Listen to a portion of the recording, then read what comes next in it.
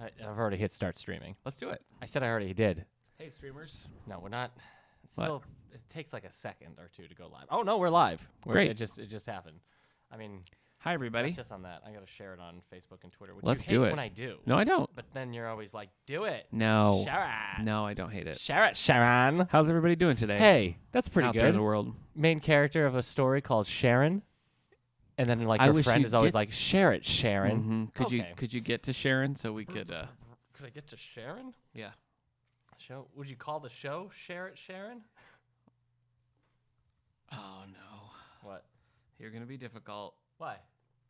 Just you seem antagonistic. Share It, Sharon? Yeah. All right.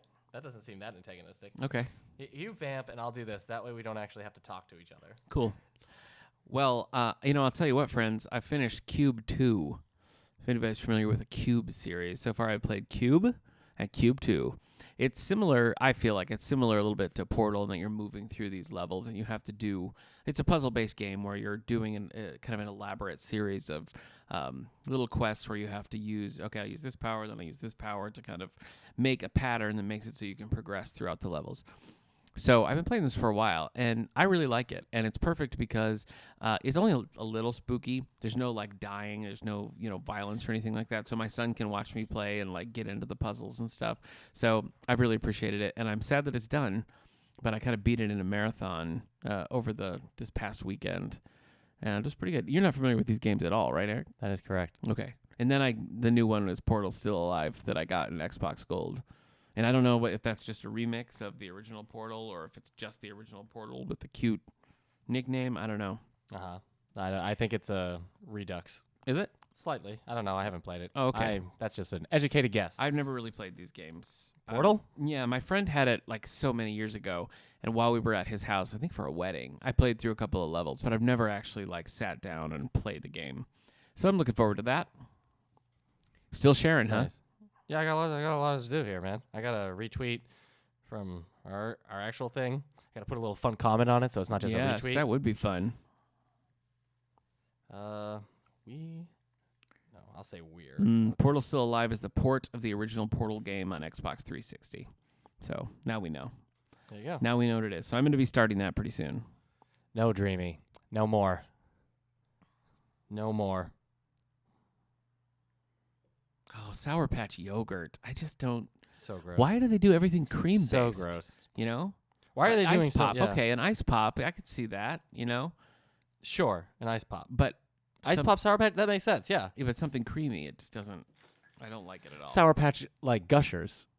Yeah. Yeah. Are gushers still a thing? Oh, yeah. Really? Oh, yeah, No. man. I eat those things by the box. I haven't had a gusher since when I was in elementary school. There was this girl that I had a crush on, and she would sometimes bring an extra pack of gushers for me. Is that why you had a crush on her? She was the Gushers? I mean, it helped. Yeah. It certainly helped. Yeah. No, I got to, when I eat Gushers, like, they give you a little packet, and it's Yeah. just like a handful. It is. I gotta buy like multiple boxes. You need to like double fist gushers. Oh my Wow. gosh, they're so good. Okay. They're so satisfying. Oh, I want Gushers right now. So anyway, that's the story of me and Gushers. Yeah. Let's actually do the podcast now. Okay, let's do it. Because you seem on edge No, today. I'm good. This guy, he's in the '80s movies, whenever like the kids are losing their youth center, and then I'm some ready to guy go. comes in smoking a cigarette, driving a motorcycle. That's this guy. Okay. Stop smoking. Yeah, and you're that stand-up comic who should have ended 2 minutes ago. Oh, really? Really? Let's talk about soccer. Fine. We're getting funny on right. Twitter. You posted that we're doing that. We already got a comment. You're what? People are surprised that we're talking something sporty, Yeah. I think, which is What's insulting. the deal with soccer? I know. Because you said the stand-up thing. Yeah. Oh, that's pretty good. Yeah, thank you. All right, let's do it. What episode are we on? 197? Yeah, not that you care. We've got to get something. We Not got to that get you planning. care. Let's do this. We're going to eat all this Sour Patch food for episode Whoa. 200. Just set up a table, a Yeah. feast. Yes. Here we go. Welcome to episode 197 of the All the Book Show, recorded at the David A. Howe Public Library, where we talk book news, author news, and literary news, but never, ever sports. Never. We don't talk sports. I'm Eric Nichols. I'm Nick Gunning. What are we And talking about today? Today we're going to be talking about sports. No! No, it's all right. So the FIFA Women's World Cup France 2019 begins June 7th, runs through July 7th. So we were talking about what's going on in the world that we could talk about it. And, of course, Soccer. Yeah. As you When you may, say yes. we're talking, Yeah. are you talking about like this is a conversation you and your mirror have, and then but you still use the plural? No, you and me. We were having this conversation. We were talking about I don't remember. future episodes. Uh-huh. Anyway, as a longtime All the Books listeners probably know, I did play soccer in 5th and 6th grade. Shout out to Coach Husinga. How would previous listeners know that? I guess they just assumed. So, as you Star probably, Trek Love and Fool I know. probably was on a sweet soccer team. As you probably put together, we're not very into sports. I mean, I guess you more are. You like football. I do. You like watching football. I like watching football. Yeah. I want to get into soccer, but I Well, don't have any maybe friends who this'll ever do want to it. get into Maybe soccer this with will me. do it. Anyway, so It's a lonely Women's World lonely Cup's goal. coming up. Soccer's in the air, and we thought, let's talk soccer. The problem is neither one of us can claim an expertise in that. But Uh-huh. I have a long-lost college friend Oh. by the name of Chris Casali, Oh. who is a soccer expert. Mm-hmm. And I thought, well, he can shed some light on this topic Right. that we don't know anything about. Yeah. So He can kick up some AstroTurf. yeah. Yeah. Do they use that for soccer I have no fields, idea. Or is it just plain grass? Maybe we could ask him because I don't know. Okay. I don't know. So it's been a minute since Chris and I have chatted, Uh-huh. and now we're going to do it on mic about soccer books. So, you know what I mean? Yeah. This is how it happens. This is Yeah. how the magic happens. Yeah. So we're going to be talking about soccer later. You deserve a yellow card for friendship. Is that a soccer? It is. I think it's Okay. a negative thing, though. A now negative that I've thing. Yeah, sorry. Okay, I don't deserve. Okay, so I don't deserve a yellow card. All right. Again, things we can ask Chris Yeah. later on. So What are the different cards? We should have asked him I that. don't know. Yeah, we didn't. All right. I don't. Let's open up our books. Take a look at the bookmarks. Why don't you go first? That was the sound of a book. Would you like to opening. go first today? Yes, I was, but I was more concerned about the sound a book makes when it opens. If but that was your actually book more. is making that sound, Oh, you I need to do more reading. Yeah. Oh, okay. So it's just the book. All right. Well, I actually couldn't remember if I talked about this last time. I'll because- remember. No, you won't. Okay. You don't even know who's here right now with you on mic. Chris? No, it's Casal? Eric. Oh, Eric. Yes. Eric. Yes. Long-time co-host. Yes. I've been here since episode 1. 197 episodes. Technically, we've done some non-numbered episodes, so we That's have done true. over 200 Yeah. episodes at this point. But And we haven't done any episodes without the other one here. that's true. There's been some close calls. We have come close. There was one recently where you were super sick, and I thought I was was. going to have to just do something. Yep. It was getting close the to Gonzo Wednesday. Morning Show with Eric Nichols. Yeah, a lot of only 90s kids will understand this. yeah. But we didn't have to do that, Hal. Didn't have to. So No. I finished I finished what counts as X-Men Volume 7. Oh, yes. I'm not actually reading the physical collection, Okay. but I'm reading them on my Marvel Unlimited app. Got it. That way they're in color. As much as I love the Unlimited, as much as I love the Essentials, they're in yes. black and white. Yeah. Which sometimes there are some artists where in black and white it just looks fantastic. Yeah.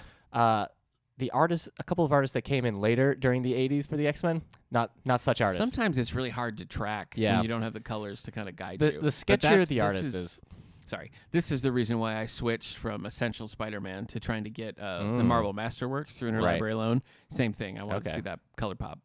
Although Marvel Masterworks Spider-Man are 90% text bubbles, so it didn't really make a huge difference. Well, I finished this. This is post. I mean, this might be nonsense to a lot of people, but this is post Mutant Massacre. Okay. Leads up to the fall of the mutants. Okay. A lot of good stuff. I also read the corresponding X Factor story that has the old school X-Men team teaming up. Yeah. Because it was also part of the Fall of Mutants storyline. None of the storylines connect. They're Okay. both just about bad things happening to mutants. Okay. It's a big apocalypse Yeah. storyline. It's the first appearance of Angel becoming Archangel. Oh. That was really good. bet. I was surprised how much I liked that. I really- like X-Force. I read some Essential X-Force. yeah. I like the classic team. Yeah. But you know what? We're going to be talking all about the X-Men next week Yeah. with the special guest star Hillary Gunning. That's true. But I really have been enjoying these. This is right where I stopped because the essential collections either got too expensive or I was just doing other stuff, so I couldn't be buying them. And they're just so it's almost cliche to use edgy stories, but Right. like coming off of like the John Byrne, like Dark Phoenix saga era and everything, they're very street level edgy stories. The X-Men are on the run from the Marauders. It's a weird team lineup with Dazzler and Longshot and I like Psylocke Dazzler. teamed up with Wolverine, Storm, and Colossus. It's just this like weird kind of mishmash of characters fighting. You know- what? Kind of seems like the characters you're describing are all the playable characters in the X-Men arcade game. A lot of this team is what became that group. I love that game, but next week we'll talk about it. So anyways, I'm glad I'm reading this. This has always been a embarrassing gap in my X-Men reading. We've talked about it behind your back a little bit. Guys. A little bit. All right, I'll finish talking about the X-Men by talking about the next book I picked up. I started reading previously on X-Men, The Making of the Animated Series by Eric Lewald. Hey, don't you also have a podcast called Previously on X-Men? I sure do. All right. We'll have one of the hosts come from that show for next week. From the other I think. side. Yeah.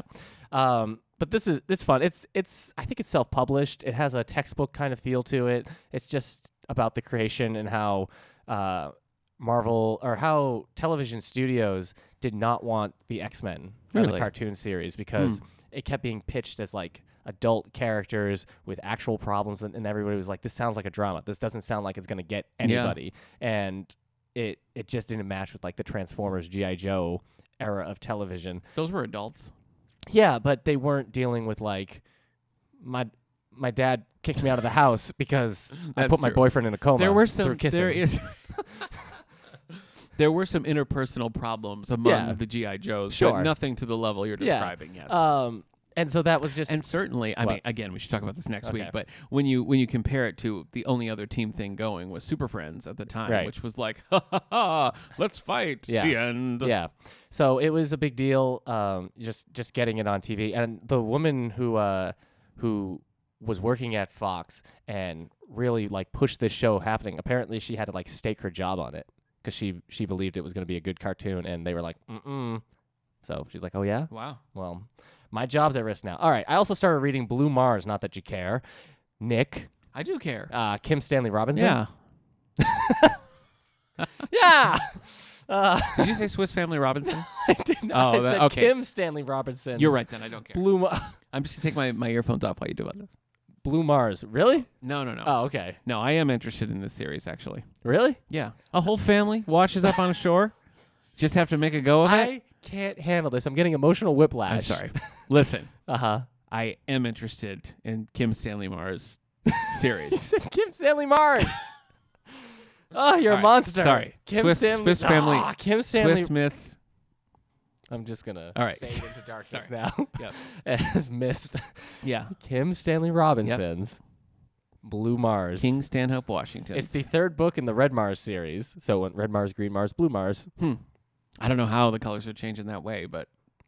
because Red Mars, they land on Mars. Okay. They terraform a little bit, so it starts getting like lichen and moss on it. Yeah. And now it's becoming a water-based planet like Earth. It's not Actually, cute. now I am kind of more interested in this.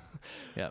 Well, this book is it's long. This is a long book. It's like Dune size. Correct me if I'm wrong. Uh-huh. You're not a huge fan of these books.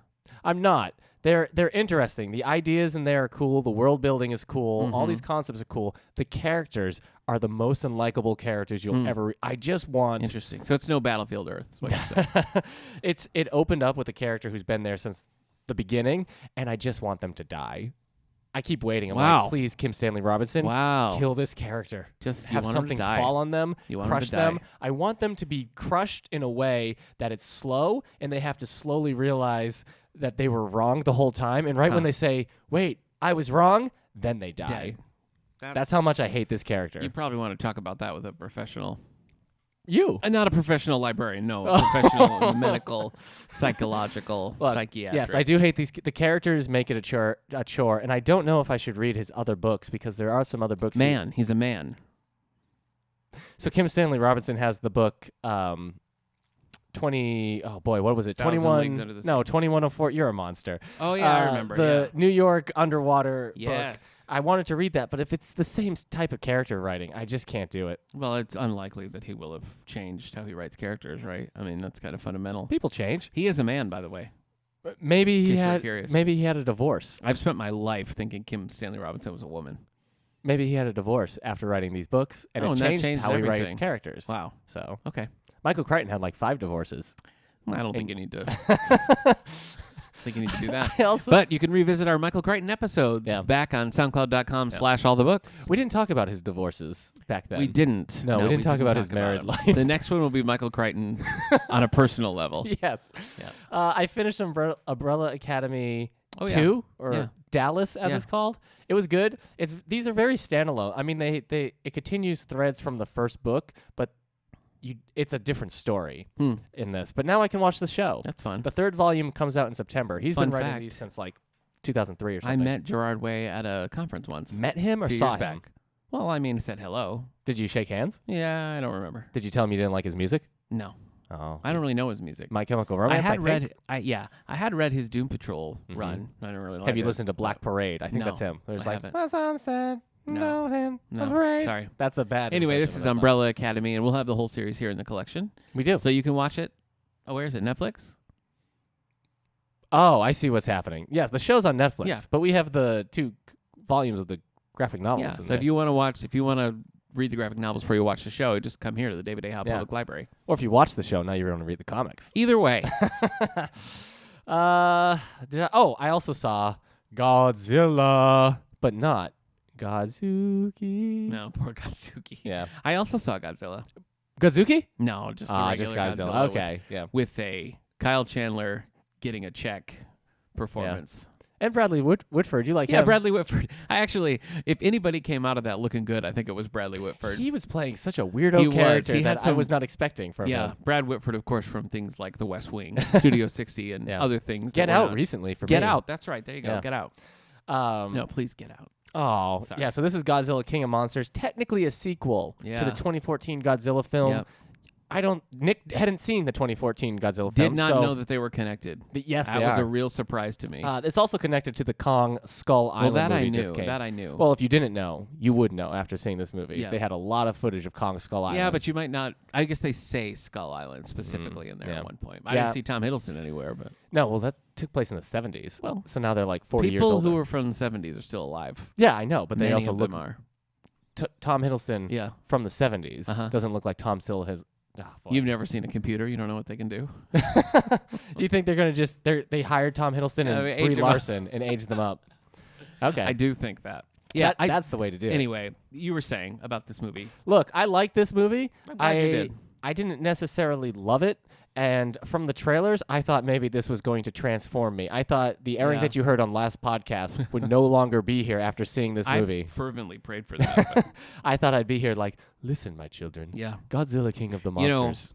But no. You're being melodramatic, but I No, also- I'm not. I Okay. really like watching those trailers. I thought like the trailers make it look like old like Renaissance paintings yeah. of just fire and Yeah. water and lightning everywhere. And Whoever cut the I know it's like a dumb cliche to be like whoever made the trailer should have made the movie, but I do sort of feel like the trailers they killed it. Yeah. The trailers really emphasized like the beauty of it and some really Yeah. great shots and made it seem like a totally different kind of movie. Yeah. So when I got there and it was more like Sci-Fi Channel original like standard Yeah, you liked it fare, less than me. I just There's a certain character in this movie that I did hate. Yeah. Kind of wanted the same thing to happen to them as I did in the Blue Mars. Yes, this was a terrible character and There's a long they speech. kind of forget that she's a terrible character by the end. They're sort of like, I Yeah. don't know. I want to be like, that's the villain. Yeah. That's the main villain. There's a long speech in this movie that I'm like, all right, just get to the monsters. But this time I was just like, shut up, shut up, shut up, shut up, shut up, shut up, shut up, shut up, shut up, shut up. And there's a PowerPoint during this long speech. It's Yeah. like, when did you put this She's very PowerPoint prepared, together? very There's prepared. just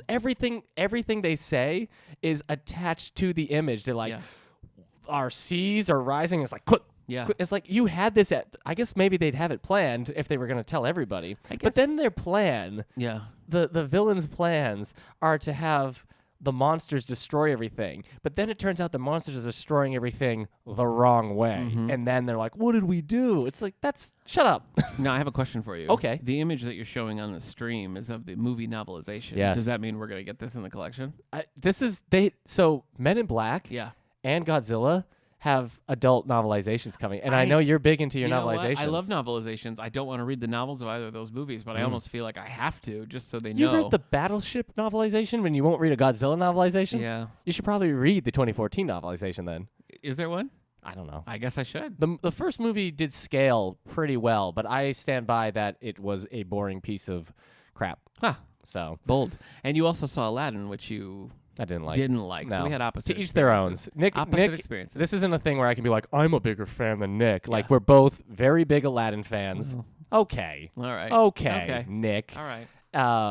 And he liked the movie, and I didn't like the movie. true. So I think there were people in that theater who I heard talking that they had never seen the animated Aladdin. That's crazy. And so I think it's still a safe bet to go and see it. There's a good chance you'll like it. We used to see. We should have asked Chris Casali about this because when I was in college, our whole floor would watch like all 3 Aladdin movies, like almost every year. So you think because I don't like King of Thieves, I'm not a real Aladdin fan? No, I'm just saying. Like we were way into Aladdin. Okay. It was like our floor thing. I was Aladdin for It's Halloween a one year. retro episode. I like it. What my mom You got were really. Aladdin? So you just were like topless with a vest. It comes with a vest, and my mom made me wear a shirt on it. But there were times I would just take the vest and go shirtless outside. So I was like 7, just running outside in October with bare feet and bare chest with the vest on, running out there. And she's like, "Get in here!" I'm like, "I'm fine." And then I'm, coughing and vomiting the next morning. Wow, vomiting. Yeah. Well, I also had a stuffed monkey, Oh. so I didn't have like a sweet magic carpet. Yeah, but that's a harder one to get. But I did have a stuffed monkey that was like, "This is my boo." I mean, I just called it monkey. Yes. It was blue. It had like a bunch of letters and numbers on it. Had a really cool tail, like beanbag hands and feet. It could swing those arms like you've never seen. Okay. You could get real hit with those. Really? Yeah. Real hit. Oh yeah. Okay. All right. What have you read? Oh, okay, sure. I'll take it away. Not that you care. I'll take it away. I read the Godzilla novelization. No, just kidding. I didn't. I did read a few things. So here, let me see. I finished an X-Men title because again, we're talking about X-Men next week. But you were so excited for your X-Men spotlight. XMen Misfits by Raina Telgemeier. I've read this. Raina, who I also have run into at conferences a couple of times. This was fun. It's a one and done thing, and clearly more were intended. Yeah. Because the end of it is like coming up in volume 2. Yeah, it's crazy.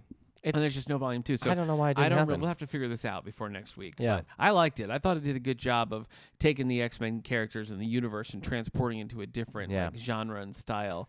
And it really, it felt different. So it didn't just feel like, look, it's the X-Men with different illustrations. Well, but it did manage to keep the tone. It's in a manga style. I should have said that. It's a manga book. Xavier's school is an all-boys school. Kitty Pryde is now the first girl going to this school. So it's very much in that manga anime trope where a kind of bookish girl has all these beautiful and handsome boys just falling in love with her. And it's funny. You have Colossus is like a steam engine kind of design, which just cracks me up. He reminds me of TikTok from the Wizard of Oz books. Yeah, it's fun, but it's too bad. My wife really liked this. I like this. It's too bad. I would have followed it going. Absolutely. So I read that. I read another graphic novel called Star Trek: The Next Generation, The Hive. Look, Nick and I are not equal Star Trek fans. I would definitely say I'm a bigger Star Trek fan than Nick. I concede that. Yes. Is that 7 of 9? It is on 7 the cover. of 9. It is 7 but of 9. But this is a next gen book. I know. So this book is a Borg story. It's a time-traveling Borg story. And what was so weird about it was that it did really huge things, like killed prominent characters and changed a lot of things. So it felt more like an Elseworlds kind of This story. is a comic? Yeah. Okay. Because those characters can't be dead, you know, in the main. So right. It was an odd thing. So it was fine. So 7 of 9, is she a villain in this, or is she? No.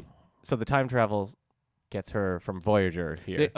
The story is set in the future when Earth has been totally wiped out by the Borg. Okay. And Picard, who in the series gets transformed into Locutus, a Borg character anyway, does some time travel to kind of get things back on track. That's the overall premise. Sounds cool to me anyway. Should have been. Oh, that's the Borg Queen from... Yeah. Help me.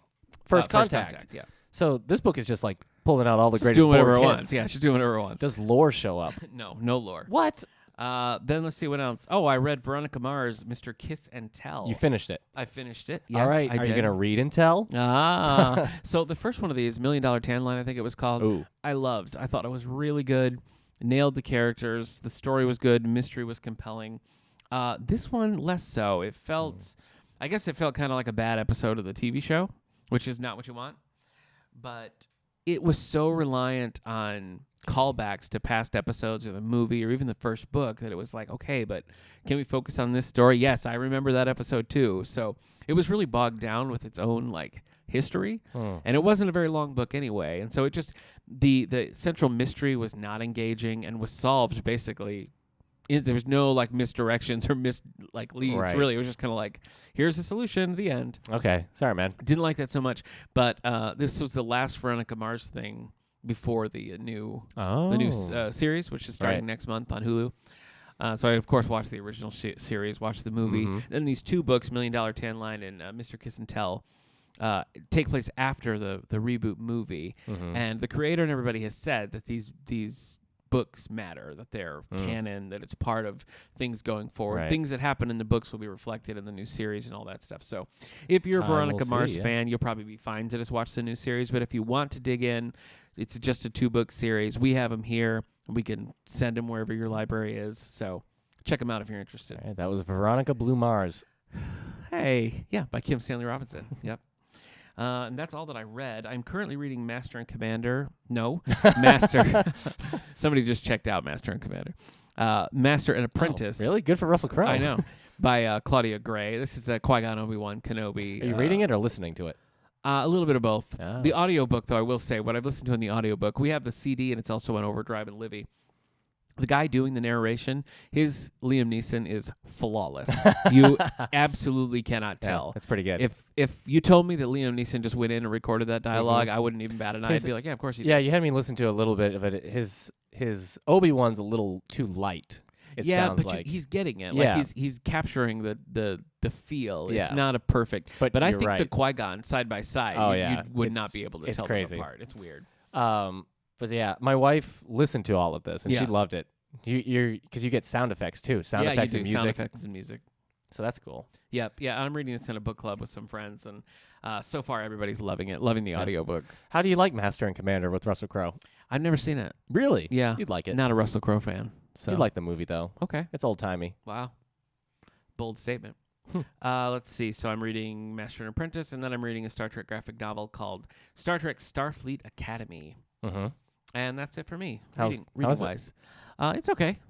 It's pretty good. I kind of forgot about this because we have the whole 13-volume series downstairs. We sure and do. then there's the 3-volume series called Boldly Go. And this was just kind of an offshoot Mhm. of their time in the Academy. So I don't know if it's technically a YA graphic. I don't know. But yeah, it's fine. Okay. All Set right. in the Academy with the characters you know and love. So Star Trek is Starfleet Academy fun? Is I- it like? My application was rejected.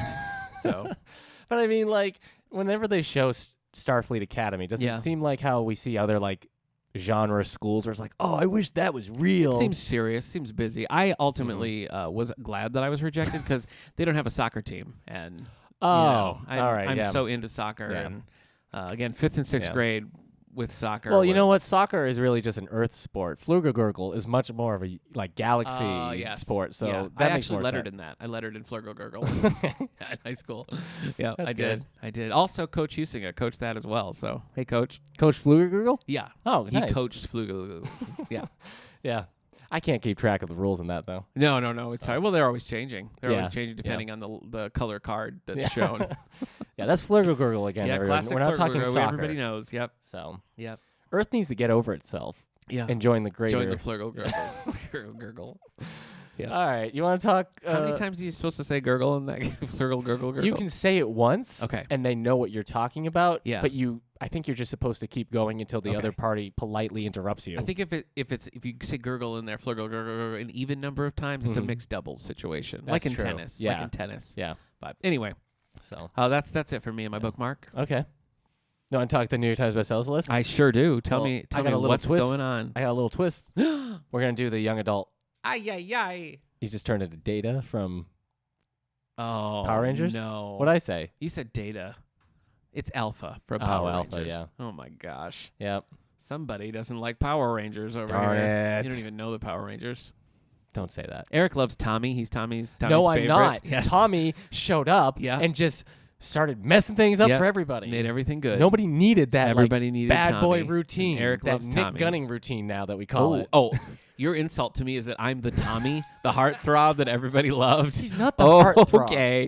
All right. Jason was obviously the heartthrob. Him and Kimberly were obviously supposed to be together, and Yeah. Tommy came in and screwed everything up for If everybody. your favorite flavor of ice cream is vanilla, then I'm sure you and Jason will be very happy together. You know what? What? Jason had the T-Rex Zord. He had a sword. Overcompensating much, Jason? Oh, yeah? Oh, yeah. Oh, hey, we all have dinosaur Zords. And then Tommy's like, oh, yeah, I have a dinosaur Zord. It's a dragon. Yeah. Yeah, and then, okay, And then Tommy. it was like a Tiger Zord when he was Ugh. he Yeah. was the White Ranger. Yeah. Oh, spoiler alert. Spoiler alert. Yeah. Sorry. Sure. Yeah, that dragon right. sword. All right. It's just like, oh, Tommy's dad isn't Okay. around, I guess. I accept your apology. So go ahead and My give us apology? I accept it. Go ahead. Young adult bestseller list. All right. You are forgiven. I don't know what I'm being forgiven for. Doesn't matter. All right. Number 10, The Fork, The Witch, and the Worm by Christopher And the Paolini. Wardrobe. Oh, who wrote like Aragon and stuff? Yeah. I don't know about those books, but that movie's terrible. Yeah, I haven't seen it. It is a terrible movie. Yeah, I remember getting some bad reviews. Yeah, that is Jeremy Irons was in Jeremy that. Irons. That's a paycheck performance for Jeremy Irons. Yeah. Kyle Chandler was busy, so they got Jeremy Irons. Mhm. Yep. 3 stories set in the magical world of Alagathea. Yeah. I guess that's the Aragorn world. Gurgle, gurgle, gurgle. So that's been up here for 19 weeks.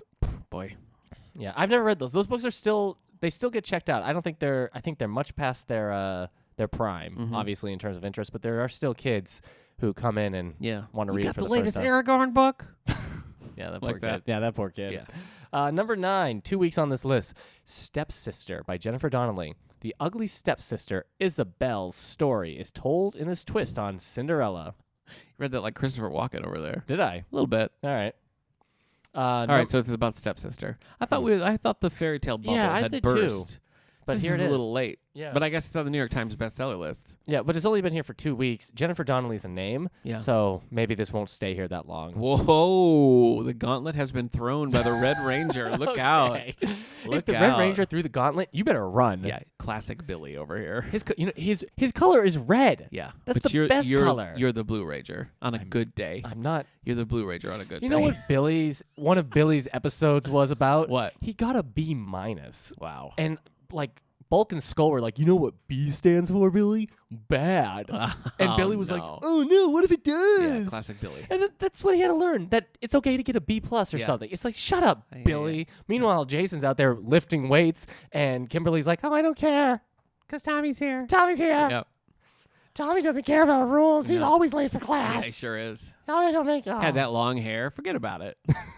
He did the long mullet hair that was Yeah. also braided. Yes. It's like, You're pick right. one. Hey, I didn't say Tommy was perfect. All right. Darn near. Okay. Number 8. Shut up. Number 8, The Red Scrolls of Magic. Yes. What about him? The Red Scrolls of Magic by Cassandra Clare and Wesley Chu. Wesley Shue. I would be more excited if you said Wesley Snipes.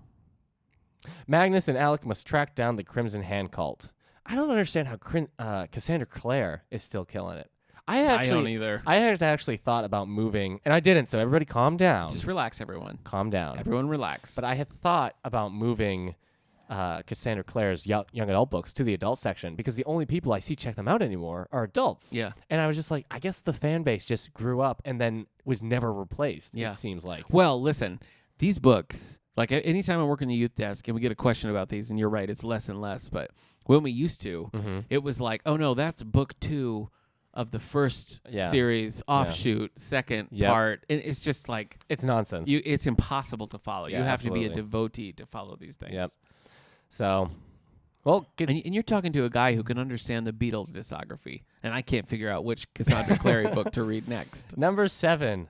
This will be interesting to Nick. The U.S. album served a purpose, is all I'm saying. Yeah. Anyway, this will be of interest to me. 3 weeks on the list with The Fire on High by Elizabeth Acevedo. She wrote Yeah, she did. Poet X. Poet X, that's right. Amani juggles school, work, and motherhood while pursuing her dream to become a chef. I actually, because my microphone's right in the way, I had thought it was going to be her dream to become a thief. I was like, this book is Ooh, completely different than that what I is thought fun. it was. You know, we talk all about Poet X with special guest Malik back on episode 191. Mhm. SoundCloud.com/allthebooks, That or was, wherever you find your podcasts. That was a poetry-centered poetry. episode. Yeah, we did that. And we did love poems for married Yeah. people as well. So people who was always saying, we don't talk enough about poems. Are you getting that kind of feedback? No. Oh, okay. I guess I just start off So you just have a aggressive. bad attitude. Okay. Hey, number 6, On the Come Up by Angie Thomas. Bree strives to become a hip-hop star despite numerous obstacles. Hard you to break into the music industry these days. That's you got to true. know someone is the Yeah. thing. You have to know someone. Can I tell you Jay-Z's something? a billionaire. Did you know that? Who? Forbes just announced that Jay-Z is a billionaire. Yeah. Well, That's yeah. all. I guess I'm not too surprised That's by all. that. I guess I didn't know he had become one, but that's good for him. Yeah. Can I tell you something? Yes. This might surprise you. Absolutely. I'm ready. You won't care Oh. because it involves Led Zeppelin. But I just found don't out, worry about music industry wise, I just found out Led Zeppelin, they got $140,000 advance signing as a band without any of the the record company even seeing them live, Wow. and that was like the most they'd ever received. That's crazy. And I was just like, that the most any band had made at that point, a new band. I was like, that's ridiculous. And that's like, so in 1968, it was just, you could just become a band Yeah. and get $140,000 before you even put together an album. And in 1968, that kind of money, it's basically like saying, like, here's the economy of Kansas. I know. Have it all. I know. You now own the state of Kansas. Meanwhile, Led Zeppelin. if you and I like started a band now, Yeah. we'd have to be on YouTube and be like, please share this video of our original song, also our cover of Blue Suede Shoes. Do you play instruments? I was learning the Little guitar a little bit. guitar. What about you? Okay. I don't play instruments. But you do want to play the drums. I do want to play the drums. You on drums, me on I've acoustic? got a very narrow singing range. Yeah. Just a few notes. What in would you there. say that singing range is? 3 to 4 notes. Okay. 3 to Well, 4. I can't really sing. I can talk. You could Like sing all the William lines, Shatner. and I could just be like, so Nick was walking down the street Yeah. that day, and Yeah. out of the corner of his eyes, he saw. La la la. I saw Tommy the Green Ranger, and he kissed Kimberly on the lips. No! Ah. Hey, what's next on the New York Times bestseller list? Number 5 is Again But Better by Christine Rico. Shane attends a semester of college in London for a fresh start. Well, that's all. What all colleges fresh start, Maybe. which is usually Should why. be. Yeah, it should be. Which is usually why you make a mess out of your first year. Freshman 15, anyone? Oh, you mean the weight? Did you gain weight Did I gain weight in college? in college? No, You didn't? sorry. Did you lose weight in college? No, I maintained it, but Good for you. I was going to we had a gym right Yeah. next to my dorm, so I was Oh, going I down on see. a regular, Yeah. and I was just moving all Swing around all the dancing, time. as I recall. Swing dancing, Doing yeah. a lot of swing dancing. That builds up a sweat. So does the algebra exams, am I right? You Why- were taking algebra in college? I don't know. I was taking college math. Okay. I took one math class in college, passed, and never had to do it again. I remember so clearly my last math class. I was Mhm. like, I'm done. Uh-huh. Not that we at the David A. Hale Public Library are advocating Right. not taking Listen. math seriously, because math is important. It's true. I got a C+ on my final grade for math. Yeah. I was never happier in my life because I was like, I never have That's to it. do this again. That was your peak of happiness. No, not my. That's a sad story. All That is a sad story. right, here's a happy story. Yeah. For my final math exam in college, I woke up late, 20 minutes late, Oh. and I just threw on a pair of pants and ran out the door, got there, and finished it just in time, just as it was ending. And then while I was talking to somebody, the boxers that I had previously worn in those pants the previous day fell out through the legs because I had got it up so Oh, fast, put no. those pants on so fast, I didn't take the underwear That's out. an underwear story So right the there. underwear just come right off of the leg onto the floor. I'm just like, huh. Well, I had been wearing those yesterday, good sir. Yeah. Not right now. Yeah, you had to I'm explain. still currently You had wearing to explain boxers. that those weren't your current underwear So falling out. that's probably the best math-related story I have. Probably, yeah. Yeah. Yeah. Oh, Kingsbane is at number 4, everybody. By Claire Legrand. And that is a plant that will kill a king. Yes. Oh, okay. Two queens separated by a millennium are connected by a prophecy. Do you know one of my least favorite things in any story, my least favorite storytelling device? Hold on. I'm seeing a prophecy. It's Yes, prophecy. it's prophecy. Okay. And what really cemented that was the Matrix sequels. All the prophecies about the one. And it's like, okay, well, it's so annoying because either it's going to come true, Yeah. and then we're just having everybody tell us about it, and then just like, oh, that's what they said. Okay. Or it doesn't come true, and it's just a waste of time. Wow. I hate prophecy. Yeah, I hate fake and real prophecies Yeah. in movies. I'm with you. Okay. Let's get through this. Number 3 is Children of Blood and Bone by Tommy Adami.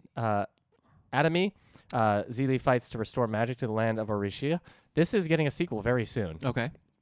The Hate You Give is at number 2 by Angie Thomas. 117 weeks. Two in the top 10 for Yeah. Angie Thomas. Yeah. She's on the come up. Oh, yeah. Mhm. Okay. Do you think if you call your book The Hate You Give, it just shuts down all negative critics too? Maybe. Because they're like, Yeah. but that is Yeah. The Hate You Give. Every negative critic started with being like, the hate I have, and then they looked and saw that was already taken and had to scratch it off. Yeah.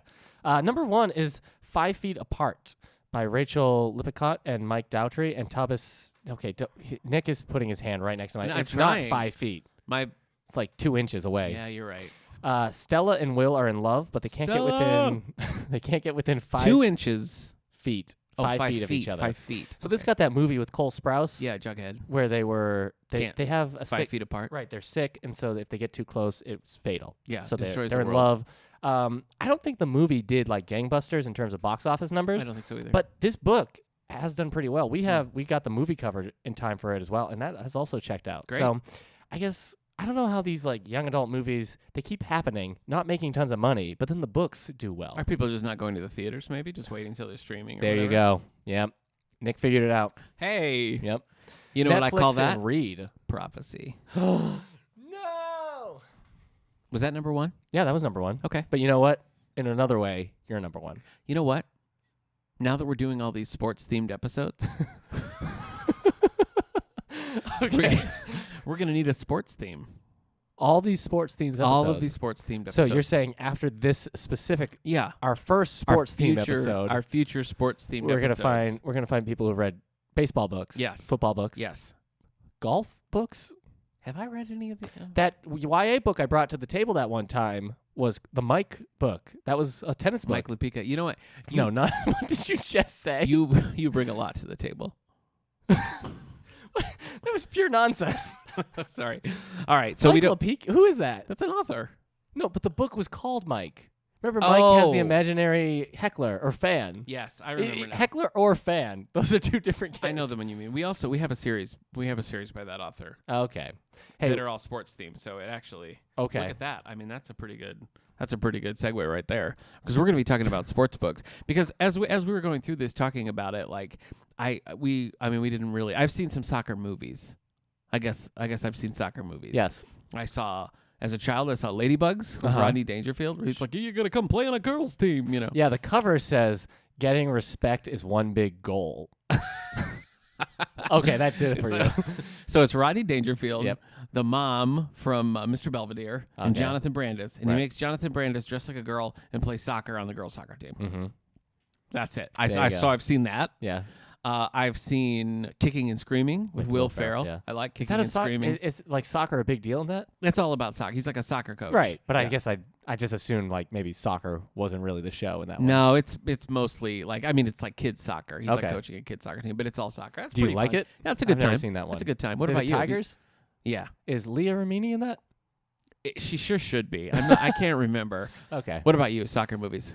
I have also seen Ladybugs. I saw The Big Green. That was kind of Oh, a I've bigger never one as a kid. I've never seen the Big That had Steve Guttenberg in it. Green. I just found out. I didn't know that. The Goot. But yeah, he's in that Yeah. one. So that was one of those. Police to get Mahoney. Yeah, I think it was chasing the Mighty Ducks. Oh, Mighty Ducks. Yeah, I don't even. What did you chase there? Tails. Tails. DuckTales. Woo! All right, we've peaked. Yeah. So, and then I think that's it. I've never seen Bennett Like Beckham. No, I haven't seen it either. I've never seen Playing for Keeps, No. which you have on your desk. Yeah, I that you're have. gonna watch. I didn't never get never time. watched Invictus. Yeah, I did want to see Invictus. Or I don't know. Another But one. you see, folks, you see the problem that we have here. Mhm. We don't have a lot of expertise in this field. So Listen. I'm going to need to make a call here. Oh, go ahead. okay. Mike, go ahead. No, go ahead. Okay. You go ahead. Let's do it. Dial him up. Bring.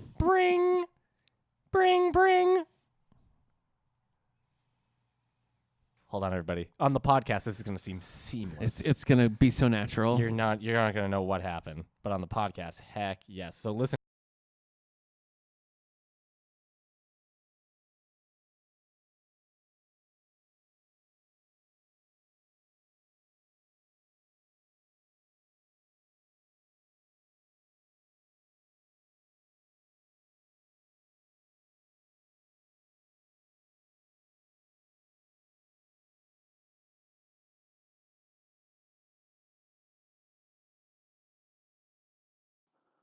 Yeah, probably. I think so. I feel like it's been like 15 years almost.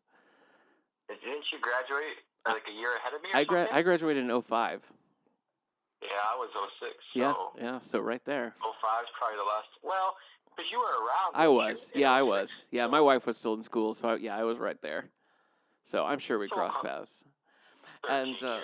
Yeah, this came across in a funny way. Eric, I don't even know if I told you this story, but basically, Chris. Tell me again. I will. On Facebook, Chris just happened to say that he's read 43 soccer books. And No. no, I own You 43. own I read more. You've read more. Wow. Yeah. Okay, so Oh, 43 is yeesh. just a baseline. So so if you had to guess the total number, what would it be? It's probably like 50 or so. I try to buy all the ones that I read. I'm superficial that way, I guess. I don't want to read it on the ebook or whatever, Yeah. and not own it physically. So Oh no, I get that. It's not a little bit, not a lot higher, but a little bit. Okay, all right. Still quite a lot. Yeah, really. I mean, that's a pretty impressive number. And you were saying when we were talking that you got into reading soccer books when you were in South Korea. Is that right? Yeah, so I guess in college and high school you're kind of required to read a lot of things, and for me, I did the minimal amount, and so I wasn't big into reading, and then was in South Korea and was teaching English, and actually we were doing the Les Miserables book or whatever. Yeah. And I was like, hey, this is a pretty good story. So I went to the bookstore, and there's like a small section of English books, and I found it. And I bought it, and it turns out that the actual book is incredibly long. Oh, and yeah. And I was like, oh, I got about halfway through. Me too. Wow. Me too. I read about big 700 thing pages of that book and was like, no, that's it for me. Yeah. Sentences are like a page long. Yep. I was just like, man, oh, good grief. So Yep. But then I went back to the store, and I realized that there were soccer books. I was like, hey, I like soccer. So I started reading them, and then just when I kind of figured out that you could actually read things that you enjoyed. Yeah. So. Yeah, that's a helpful fact. And now here we are, 50 books later, and you made the mistake of saying this on Facebook, and so I couldn't pass up the chance. This will easily be the first in nearly 200 episodes that we dedicate to any kind of sport, wouldn't you say, Eric? Yeah, that's true. So, Chris, we need your expertise. So, for our listeners, what I asked Chris to do was kind of wade through these 50 books and give us not his favorites, not the very best, but just some suggestions on books that might be interesting to people who are interested in soccer, interested in the topic, and want to dig in. So why don't we go through this a little bit, Chris? I know you gave me some subjects that you've read quite a bit in, and why don't we start with numbers or analytics? So somebody who's interested in that aspect of soccer, where would you direct them? Well, I guess like maybe the most famous one or whatever is like the Soccernomics, but I picked Numbers Game by Chris Anderson and David Sally. Mm-hmm. It's kind of like Moneyball / Freakonomics. They looked at a lot of games over the 5 or 6 biggest leagues in Europe, and they analyzed the statistics and kind of things. They took, I guess the subtitle is Why Everything You Know About Soccer is Wrong. So does the home team get more penalties? Okay. Does the home team win more? What time should you bring on a sub? Is soccer a game of luck, or does the best team actually have a better chance of winning? Things like this. And then they just have tons of data, and they just break it down. They've looked at 15 years worth of 5 or 6 leagues, so it's thousands of games, and they answer those questions, and it's pretty interesting. Yeah, it sounds like it, because it sounds like what they're doing is really like breaking it down and really just looking at the science of it, science and statistics and all that, and really kind of taking the emotion out of it and just saying, here's exactly what works just based on the numbers. Yeah. So especially if you like that kind of analytics or numbers, kind of Moneyball style, then that would be a good one. Yeah. Okay, all right. And I mean, where do you tend to gravitate towards? Like in the 50 plus books, what style of book do you find yourself reading the most of? So I do like the money or the analytics kind of stuff. Okay. I also like the just kind of like stories.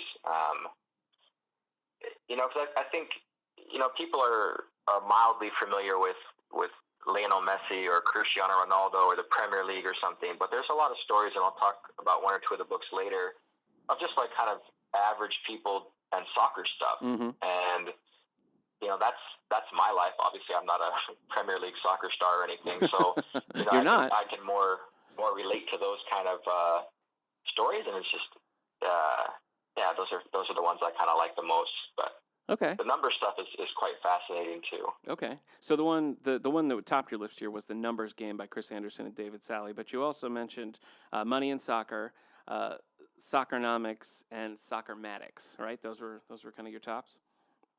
Yeah, those are other ones I've read that are really good too, Okay. and they're very similar. I know Slightly we different, actually but- we have Soccernomics here in our collection, so if anybody local can come in and check out Soccernomics. Let's take a look at some biographies. And I think you said that you weren't biographies weren't your favorite in this genre. Is that right?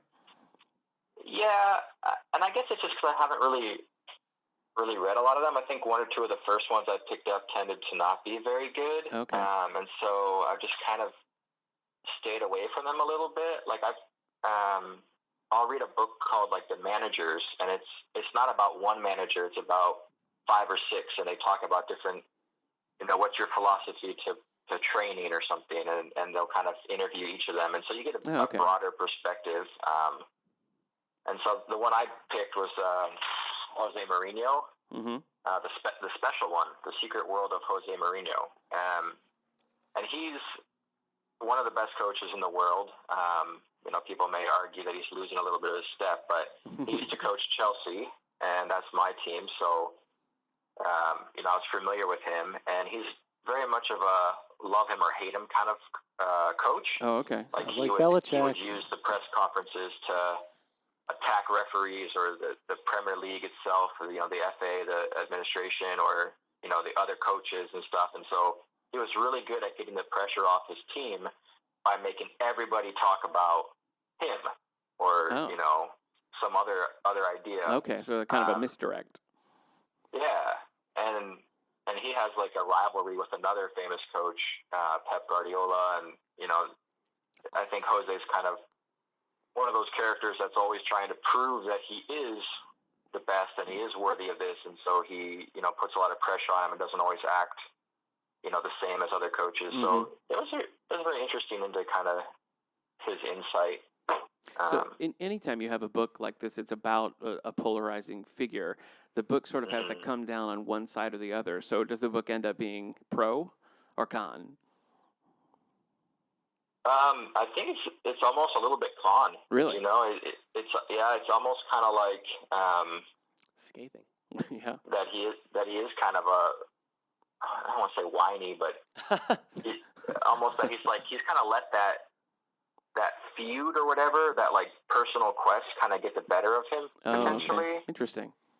Yeah, so they really highlight that as opposed to like I don't know, some other coaches that might be able to just to let that kind of go and just be themselves and let the success speak for itself. Where he's really like has to prove to everybody, So I think the author was kind of like, well, he's a little bit crazy. I'm always curious in that. Did the author set out sort of thinking that, or did doing the research and getting to know him a little bit better, did they end up having a different perspective? So yeah, that sounds like a good pick as far as biographies go. If we go back a little further, what about, let's talk some soccer history. What would you recommend, or what are you suggesting is a good soccer history book? Oh, so there's a lot, and the best title, I don't know if you'll have to edit this out or not, but the best title that I've read is Those Feet: The Sensual History of English Football. That was just a great title.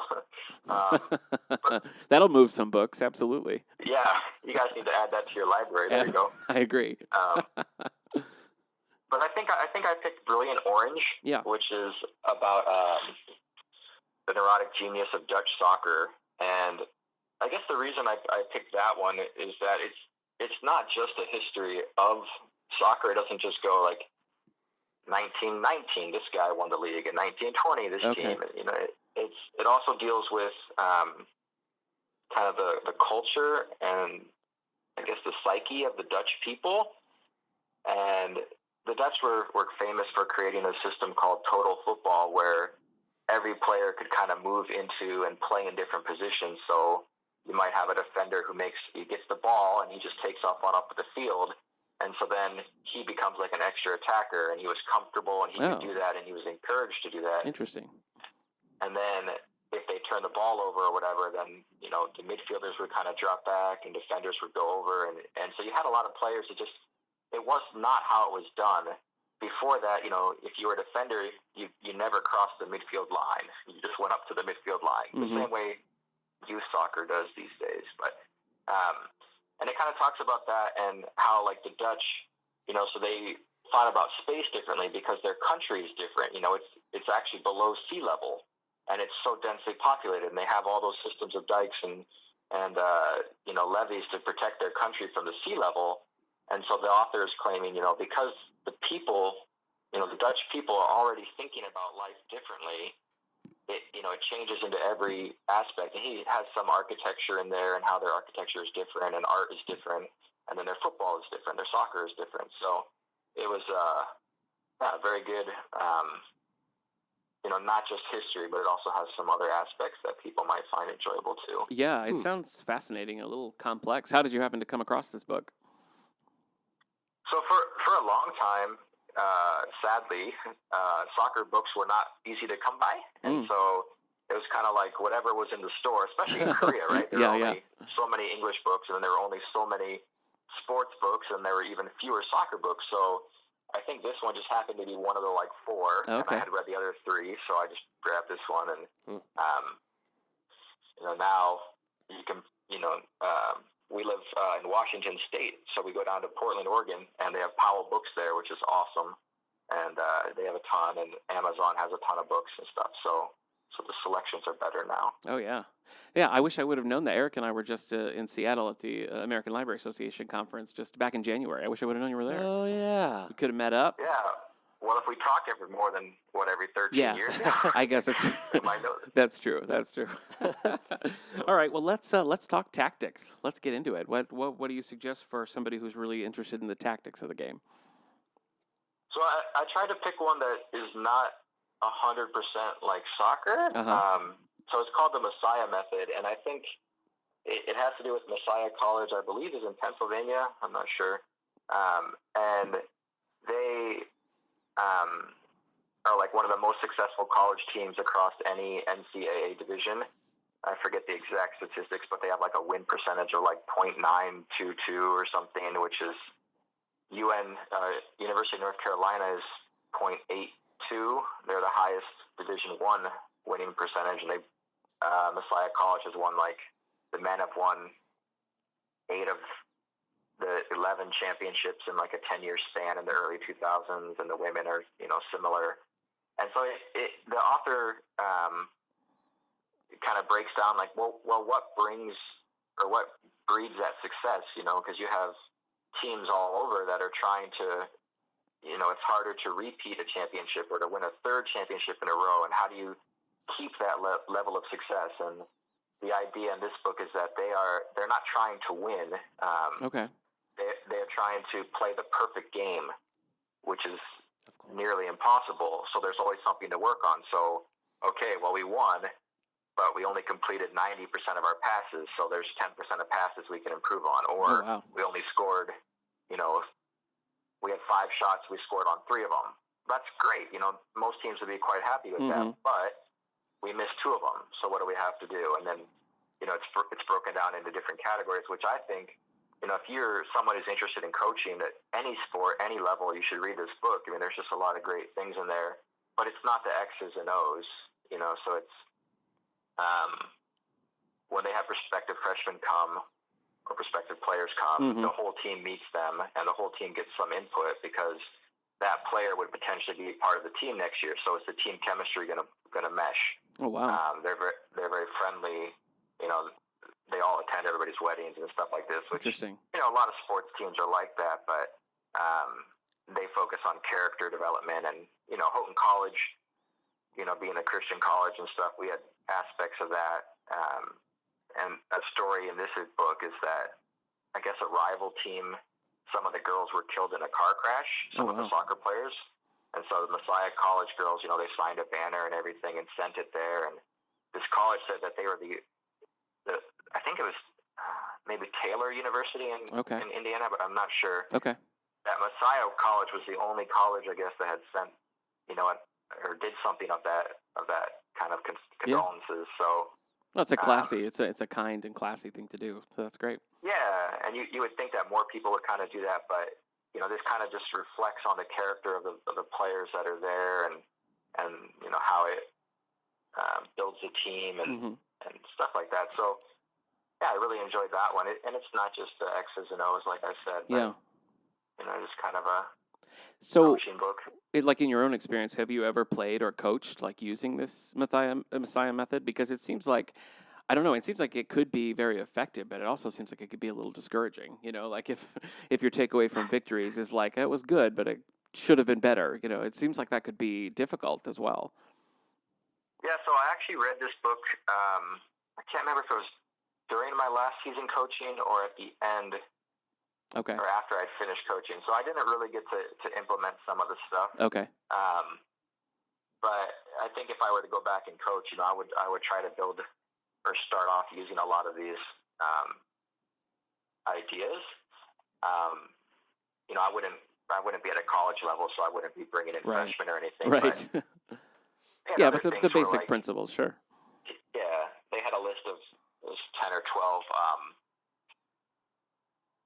I forget what they called them, but they were agreements. All the players had to, do these agreements. So things like, if you're not balanced and you can't keep your shot down, you don't shoot. Where a lot of times coaches are like, if you're inside 18 yards, you have to pull the trigger. You have to shoot. Oh, I see. And it's like, well, then you end up with these shots that go 70 yards above the net. Right. And so that would be me. Yeah.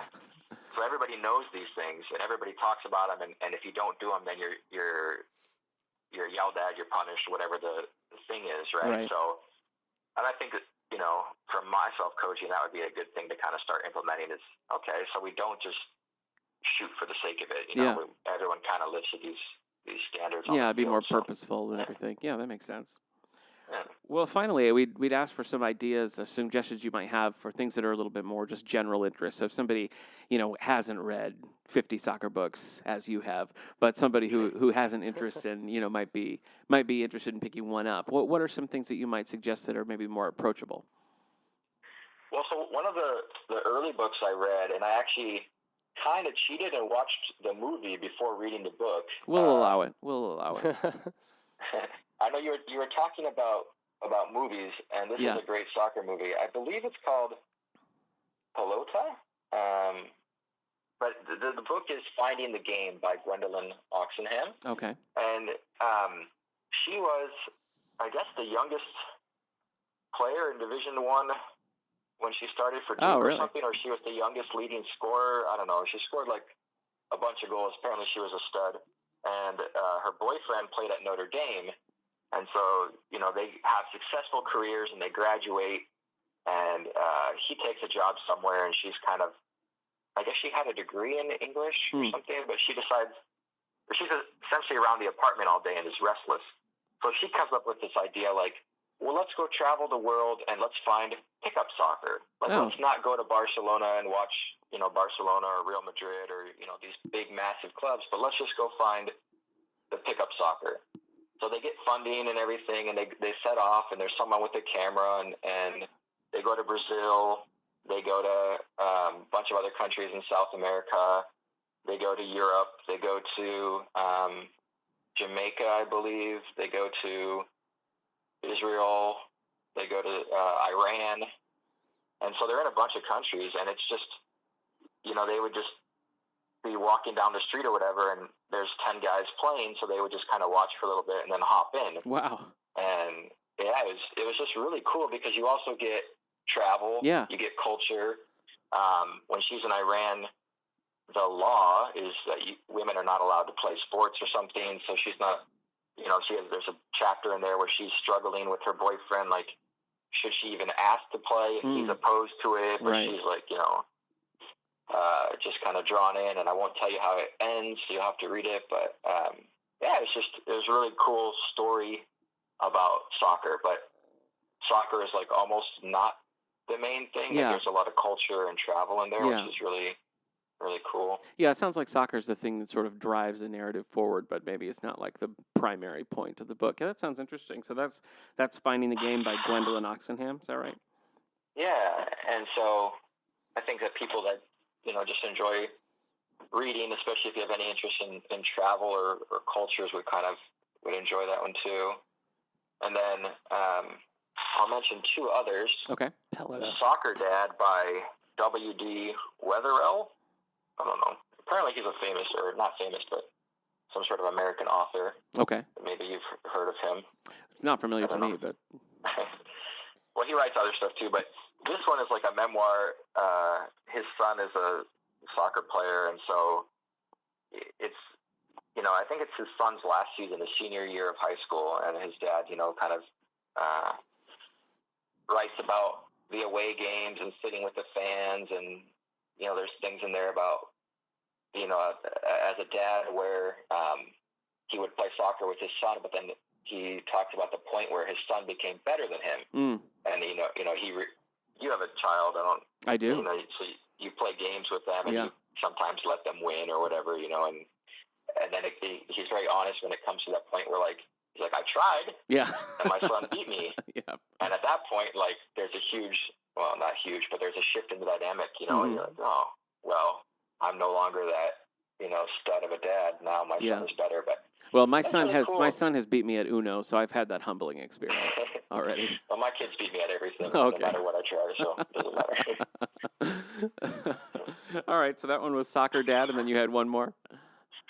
Yeah, it's Home and Away, In Search of Dreams at the Homeless World Cup of Soccer. And so I guess, I never even heard of this until I read the book, but there's a World Cup of homeless people, and it's countries can enter the same way as the top World Cup, and your players have to be homeless. And so, there's stories in there. They talk about the different players and some of their kind of backgrounds, and so you get the human side of it, right? You kind of get attached to these players, and then you watch them or you read about them competing, and then you're like, oh man. So it was a really kind of touching story of the other side of soccer, right? So I do read the top level stuff, but I also like to hear about some of the stuff that's not mainstream soccer, and just kind of see how soccer is going on in the world. So. Well, that sounds really interesting, and I appreciate you doing this, because all of these, neither Eric nor I have read any of these books or really anything like that. We were talking earlier about... I've read Booked. Yeah, Booked. By Kwame Alexander. Booked. Are you familiar with that book, Chris? It's called Booked by Kwame Alexander.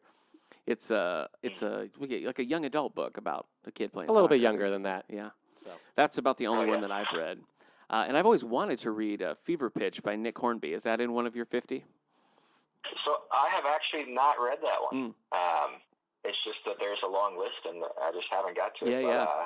That one also seems pretty good. Yeah. I'm sad that the movie got made in the U.S. about baseball. Yeah.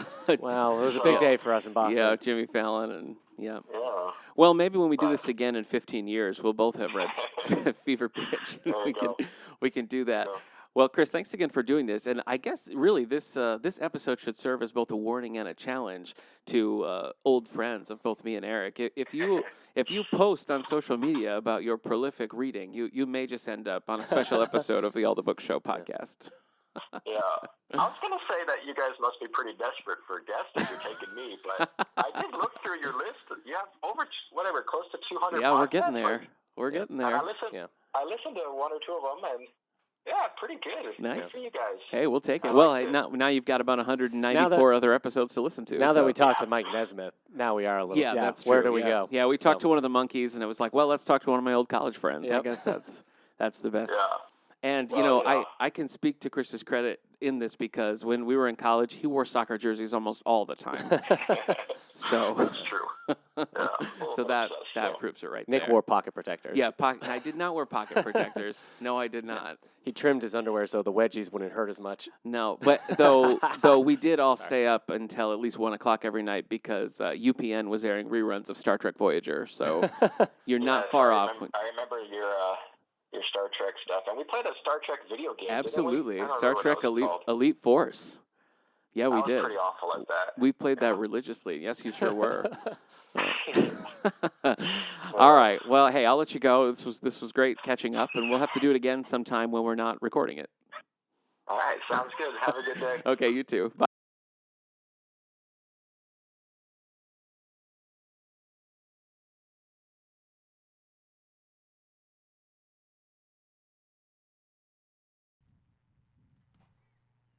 We're back. So which sport do you want to tackle next? I think we're off to a strong start guess with the our new question is- sports-themed episodes. Yes. The one question: what sport have you watched the most movies for? Because I mean, that's about as athletic as I can get. Football, maybe? Really? I You've don't watched know. more football movies mean, than any other sport. Friday Night Lights, Remember the Titans. Go on. That's 2. No, I've seen Rudy. That's 3. Uh-huh. There's probably more. Nick has answered his own question. Yeah. Yeah, I guess So. so. I guess so. Yeah, any listeners who like football books, then what's the football equivalent of Moneyball? Money, differently shaped ball. Yeah, that's the least funny thing you've ever said. Oh, really? All right, so really? as I said, we've got some of the books that Chris mentioned in our system, and of course, we can always get all of the books that you want. So if you see one that you want to read that we don't have in our collection, just let us know. We'll get it for you. We'll put it in your little hands. Thanks again to Chris for joining us and sharing his 50-plus reading binge of soccer with us. Some great suggestions in there, so hopefully you can pick some of those up. There's a couple that I was like, oh, I'd like to read that. There's bookmarking that in my head. There's a few YA books as well. When he was mentioning the one about the homeless soccer league, Yeah, it made yeah. me think of The Outcast United by Warren St. John. It's the story of a refugee soccer team that changed the world. Okay. And it was an adult book, but we have the adapted for young people I version see. in our collection. Great. And you have a book over there that I also brought upstairs Oh, okay. called Champions of Women's Soccer. Yes. By So Ann Killian. basically what happened was I started looking through all our sports books that we have, trying to up it, because sports books tend to be really popular in this area. Oh, okay. And so I was getting, baseball and football and soccer, hockey. Hockey's very popular around here.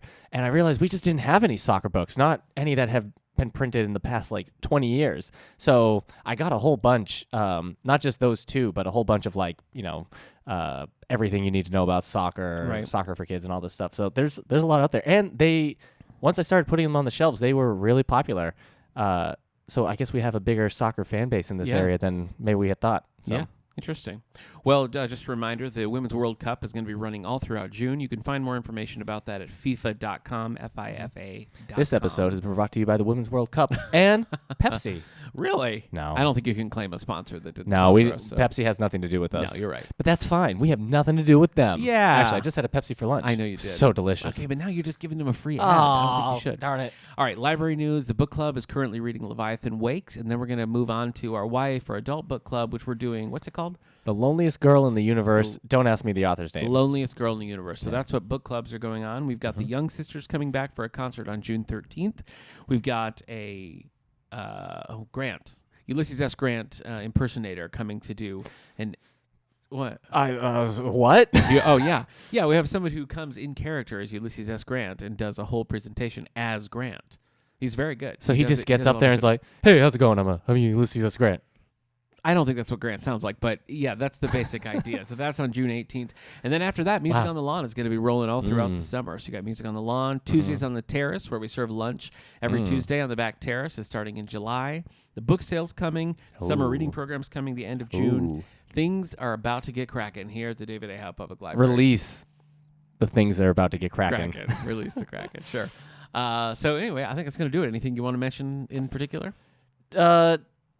At Your the pause time, tells me no, but- Yes, at the time of this release, we're showing How to Train Your Dragon 3. The Hidden World. Did you see it? No one did. Okay. Well, other people in other places saw it. okay. Not us. Sure. That's Friday at 3:30, and that's going to be the last after-school movie until the summer. I mean, for the Until summer, we're school just comes showing back, showing different films, and then until school comes back. Do keep an eye out on the library's webpage, davidahowlibrary.org, for information about all of the many programming we're going to be doing for all ages over the course of the summer. Prizes to be won. Absolutely. Do you know what the adult? The adult prize, yep, where we have the bags. Everybody who signs up Right. gets a special bag. Remember, they're banning plastic bags in New York State, so you want to get all of these bags to replace the plastic bags. They're going away. Okay, yes.